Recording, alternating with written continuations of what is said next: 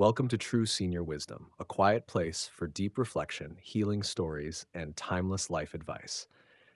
After the age of 65, something profound happened to me, something that perhaps has happened to you too. I started to notice a new kind of silence.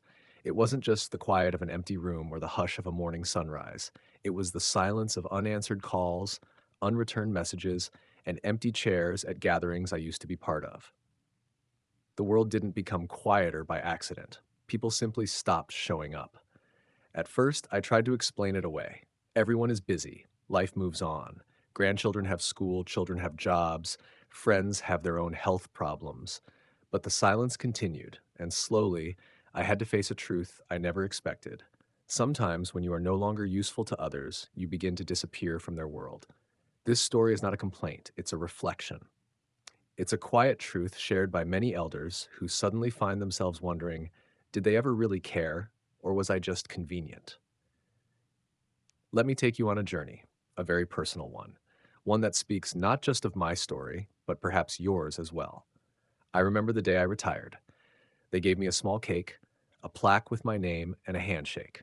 I smiled, said a few words of gratitude, and walked away from the job that had defined me for over 40 years. I thought I'd finally rest, travel, spend more time with family, but what I hadn't prepared for was disappearing. The first few weeks were quiet in a good way. I slept in, I read books, but then the days started to stretch. Friends I used to have lunch with stopped calling. There were no more casual coffee breaks or hallway chats. My phone went from buzzing every hour to lying silent for days. I became invisible, not because I changed, but because my role in their lives was done. At first, I convinced myself it was a phase. People needed time to adjust, just like I did. But weeks became months, and months became a year. The silence grew deeper. I remember forgetting my own birthday once, and no one else seemed to remember either. The people who used to rely on me now had others. Life had shifted, and I was left watching it pass. Then there was Margaret. She was the heartbeat of her family, cooked every meal, cared for her aging mother-in-law, babysat her grandchildren every weekend. But after her health declined, her children stopped coming by. They said they were busy. She'd sit in her chair by the window, hands folded, eyes searching for cars that no longer pulled into the driveway. We used to talk. She once told me, when you're no longer the one holding things together, you realize how few people actually hold you. Margaret began keeping a notebook, not a diary, just small notes, the date, the weather, who didn't show up again. She said it helped her keep time, even when the days all started to feel the same. Once, she handed me one of her pages. It read, Monday, cloudy, no one called. Again. There was James, too, a retired engineer who lived a few blocks from me. He had been the neighborhood's go-to guy for every broken pipe and flickering light. But after he suffered a stroke and lost movement in his right arm, the calls stopped. No one needed help anymore, so no one visited. No one visited. He once joked to me, funny how being useful made me popular and being human made me forgettable. Then came Patricia, once a Sunday school teacher, now in her 80s. She used to receive handmade cards from her former students. Now they sent her nothing but silence. Her walls were once lined with photographs and letters, now dust gathered on untouched frames. She told me, I didn't expect gifts, but I thought I'd still matter. Even my own relationship with my children changed. They love me, I know they do, but love takes different shapes. Their visits grew shorter, instead less frequent. Conversations revolved around logistics, not emotions. Have you taken your pills, Dad? Replaced, how are you feeling, really? One Sunday, I sat alone at the kitchen table, staring at two mugs of coffee. I had made one for myself and one out of habit for my late wife. It hit me then, not just grief, but the realization that even memories fade when they're not shared. Sometimes I walk the neighborhood just to be seen. I wave to the postman, I greet the lady with the Labrador, and on days when no one looks up, I wonder if I've become a ghost in my own life. But in this invisibility, I've also found a strange kind of awareness. I see more. I notice how people look at their phones more than each other. I notice the elderly man who sits alone at the park, feeding birds with more patience than I've ever seen. I notice myself, really see myself for the first time. These years, they were invisible years, but they held truths I never expected to uncover. Truths about human nature, about dependency, and about the quiet power of presence and absence. And perhaps, most of all, they taught me to see myself not through the eyes of others, but through the mirror of solitude. It started with small things, a missed phone call here, an unanswered message there. At first, I thought nothing of it, but slowly the absence grew louder than any noise I had known. But the quiet didn't just stop there.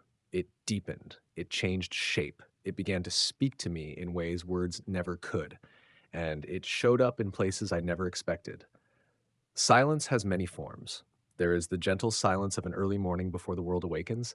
There is the comfortable silence shared between old friends who no longer need words to communicate.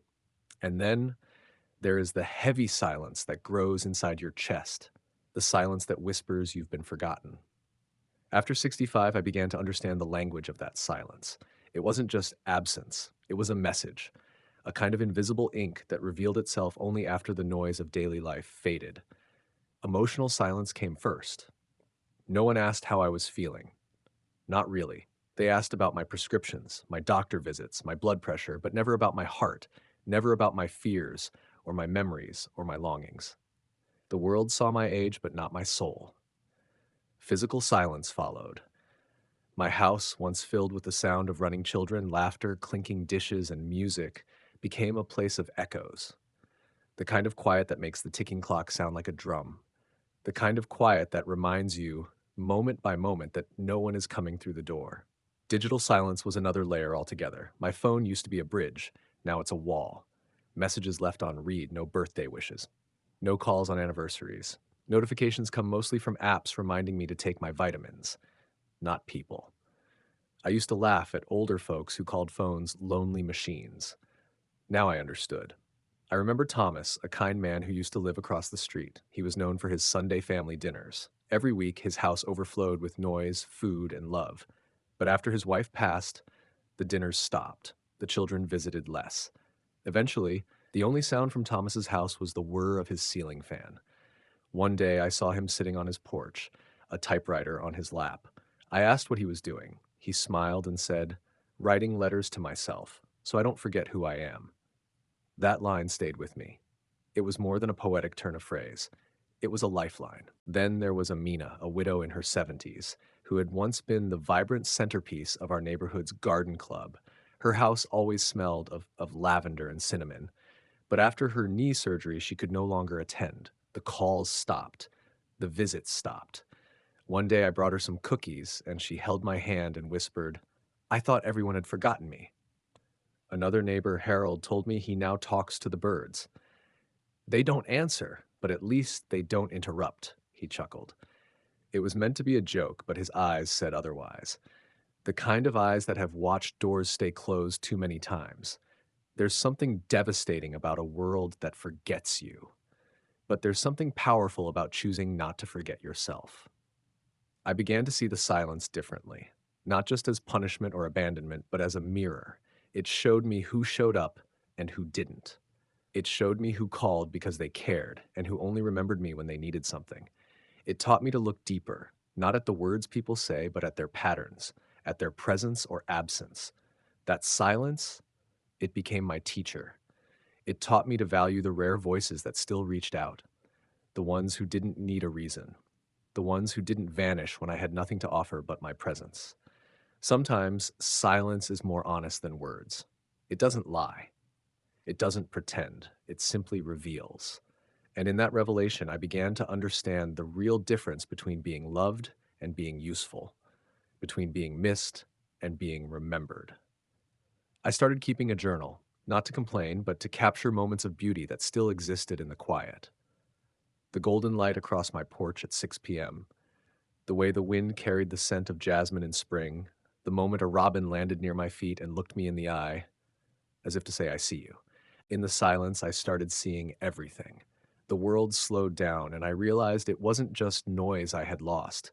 It was the chance to truly listen, to myself, to the wind, to the rustling leaves and the distant laughter from a neighbor's house. Silence, once my enemy, became my companion. And in that companionship, I found strength I didn't know I had. And just when I thought I'd become invisible to everyone, something else began to happen. People I least expected began to show up, and that too changed everything. They didn't come with balloons or grand gestures. There were no dramatic apologies or surprise reunions. No, they came quietly, like spring after a long winter, gently, without demanding attention. But their presence, oh, it mattered more than they could ever know. There was Lily, my neighbor's granddaughter. She must have been 12, maybe 13. One afternoon, she knocked on my door with a small plate of brownies she had baked herself. Mom said you might like something sweet, she said, her voice shy but kind. We sat on the porch and shared them. She talked about school and her love for painting. I hadn't smiled like that in weeks.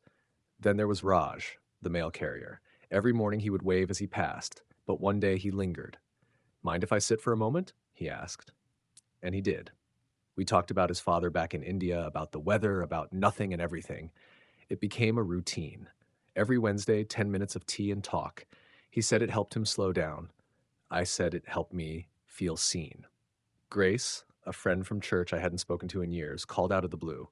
I was thinking of you, she said. No occasion, no reason, just a feeling. And sometimes that's all it takes. She started visiting on Sunday afternoons. We would sit and knit and laugh about our arthritic fingers.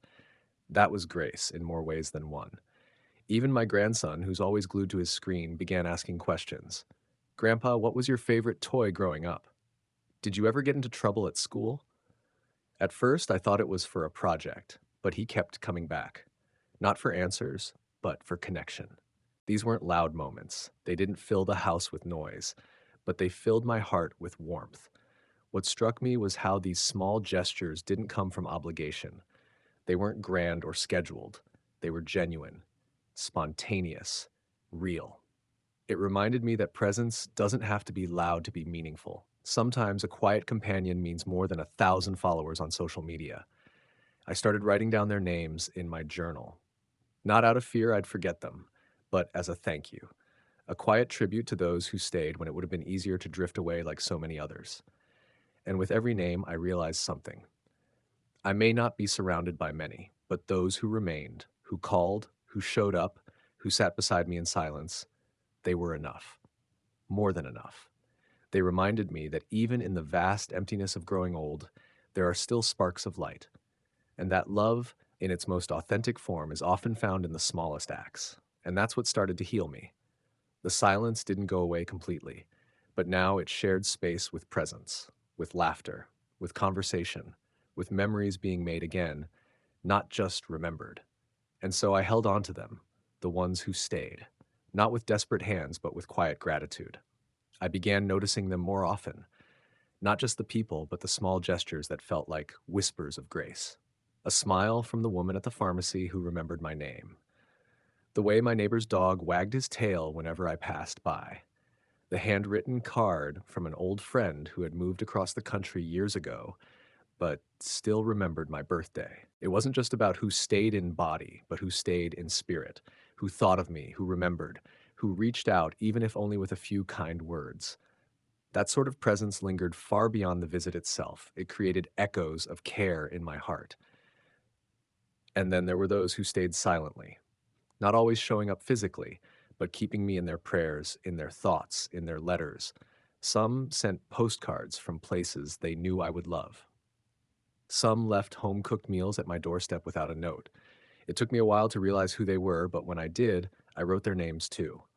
Some evenings I sat with my journal open, reading the names aloud like a prayer. Each one felt like a string of light, slowly illuminating a part of me that had once dimmed. Lily, Raj, Grace, my grandson, the pharmacist, the quiet neighbor, my friend from childhood, the librarian who still recommends books she thinks I'd enjoy. Each presence, a thread, stitching warmth back into the quilt of my life. It reminded me that love doesn't always shout. Often it whispers. It lingers in pauses. It exists in the gentle offering of time, attention, and shared silence. And in recognizing them, I also began to recognize myself again. Not as someone forgotten, but as someone quietly witnessed. Not by a crowd, but by a few. The kind of few that matter more than the many ever did.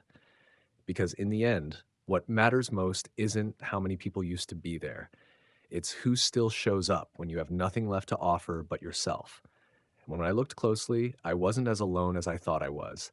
There was something quietly life-altering in that realization. And from it, Something unexpected began to grow.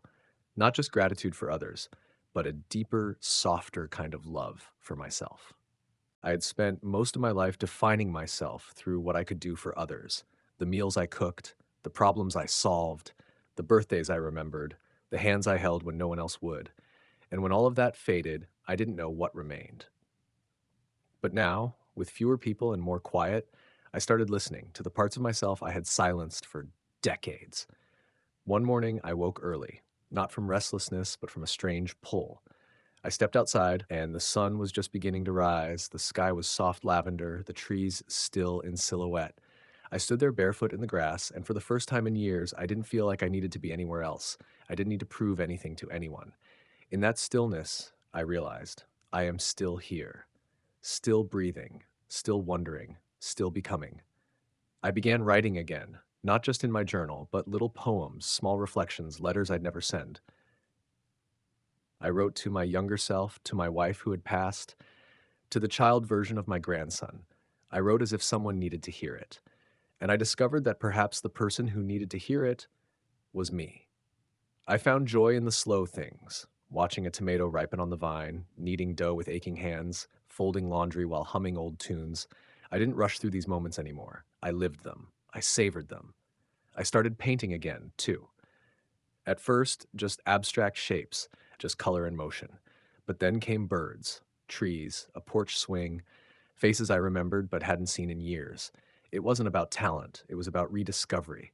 I was putting pieces of myself back together in strokes of blue and amber. And in doing so, I was learning to love the person I had become, not the younger me, not the caretaker, not the achiever, just me, as I am. Gray haired, slower moving, softer spoken, and more whole than I ever realized. And that, dear friend, was a kind of freedom I never expected to so late in life. The freedom to just be, without apology, without rush, without need for validation. The freedom to sit in silence and know that it is not emptiness, but peace. And in that peace, I began to blossom again. It didn't happen overnight. Healing rarely does. Some mornings, the loneliness still crept in like fog through an open window, but I no longer feared it. I welcomed it, sat with it, made tea for it. I realized that my own company was not a punishment, but a privilege.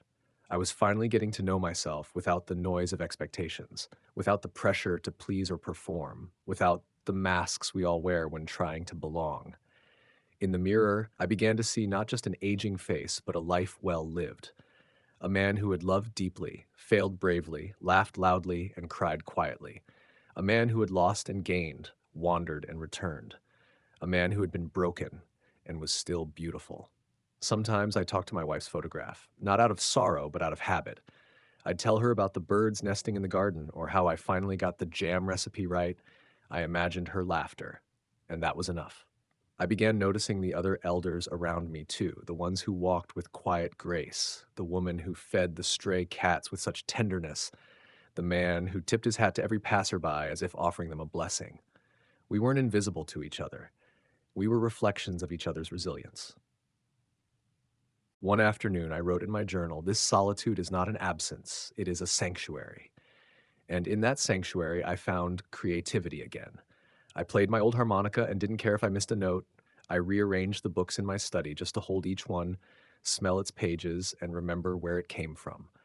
I baked bread and gave it away, not for thanks, but for the joy of giving. I started talking to the wind like an old friend. And sometimes, when it rustled the trees just right, I felt it answer back. I was no longer chasing meaning, I was living it. And that, my friend, was the gift hidden beneath the silence, the rebirth of a self I had forgotten in the service of others, a self who is still growing, a self who is still enough, a self who at last has come home. And now, dear friend, if you are still here with me, thank you. Thank you for listening to a story that may be mine, but perhaps is also yours. If you have felt the ache of being forgotten, the weight of growing older in a world that moves too fast, know this: you are not alone. Your presence, your heart, your journey, they all matter. There is wisdom in your silence. There is power in your patience. There is beauty in your becoming. You do not need to chase love. You do not need to prove your worth. You do not need to be loud to be heard. You only need to be true to yourself. So take a deep breath. Let the past be the soil, let today be the seed, and let tomorrow be the blossom. You are still here, and that is enough. If this message touched something in you, I invite you to share your thoughts in the comments. Let us sit beside each other quietly as fellow travelers. And if you feel called, please subscribe to this channel, not for numbers, but for connection, so we can continue walking together gently, one story at a time. This is true senior wisdom, and I'm honored you're here. Until next time, be kind to yourself. You are not alone.